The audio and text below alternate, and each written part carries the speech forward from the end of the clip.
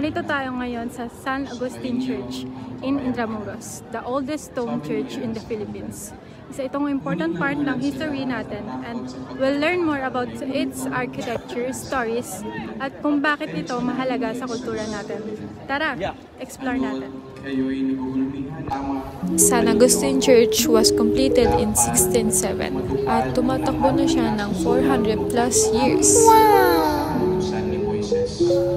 Pagpasok ko pa lang, makikita mo agad ang kagandahan nito. And it's giving time travel realness. The ceiling, chef's kiss. Kinamitan siya ng technique na tinatawag na trompe-l'oeil. French for fool the eye. Parang 3D, pero painting lang. UNESCO World Heritage Site since 1993. Is a part of the Baroque Churches of the Philippines collection. Founding father of Manila, Miguel Lopez de Legazpi, is actually buried inside the church. This church is a survivor, as in earthquakes, colonizers, wars, you name it.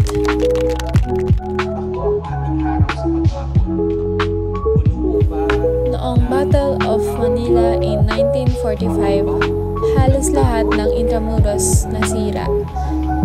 But San Agustin stood tall, solid na solid, literal.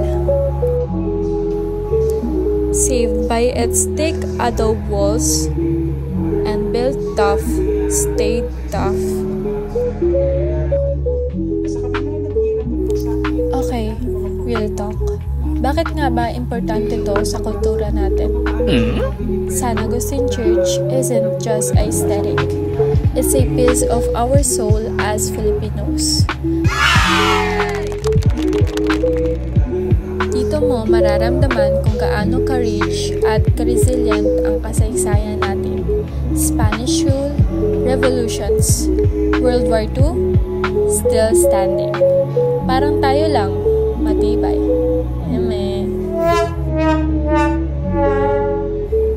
It's important kasi dito natin naririnig ang mga kwento ng nakaraan, ang identity natin bilang Pilipino, at ito ay nakaukit sa ganitong places.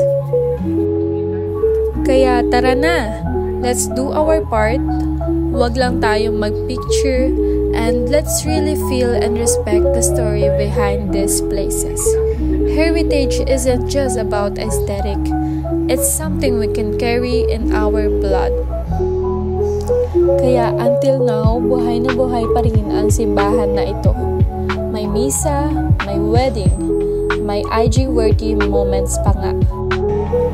And kahit pa yung mga celebrities, dito sila kinakasal sa San Agustin Church. Napaka-iconic, diba?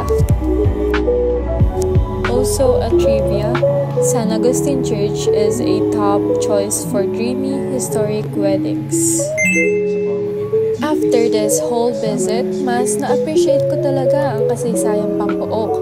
Like, minsan naghahanap tayo ng adventure abroad, pero andito lang pala sa tabi natin yung kwento natin. Let's hype up our own heritage.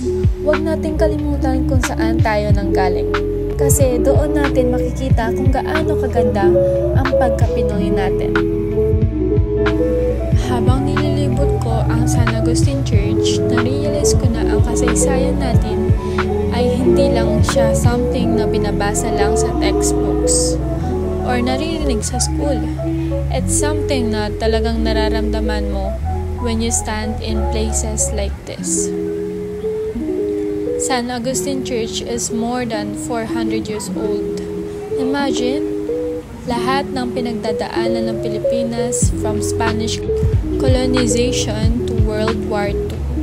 Nakita at naranasan ng lugar na ito, and yet, it's still standing. Parang symbol siya ng katatagan nating mga Pilipino. Every artifact, painting, and tomb dito may kwento, may kahulugan, and it made me think, ilang stories kaya ang nakalimutan na? just because we didn't take time to appreciate our heritage. Kasaysayang Pampook isn't just about old buildings or places.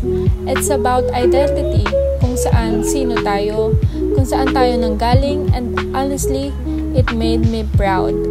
Kasi kahit modern na ang mundo, may mga lugar pa rin na nagpapaalala sa atin ng pinanggalingan natin. As a member of Gen Z, minsan sobrang bilis ng mundo. Lahat instant, digital, mabilis, pero pag napunta ka sa lugar na ganito, it forces you to slow down, to reflect, to feel, and that's so powerful. Yes, sobrang powerful. Kaya importante na pinapangalagaan natin ang mga ganitong heritage sites. Hindi lang para sa tourism, kundi para sa atin mismo, para sa mga kabataan, sa mga next generation. Kasi kung hindi natin naalagaan ang kasaysayan natin, edi sino pa? And that's a wrap, fam. I hope na-enjoy nyo ang mini history natin today. If this vlog made you wanna explore more heritage spots, don't forget to like, comment, and hit that subscribe button. Stay curious, stay proud, and always keep discovering your roots. Kita-kits sa next lakbay natin. Peace out!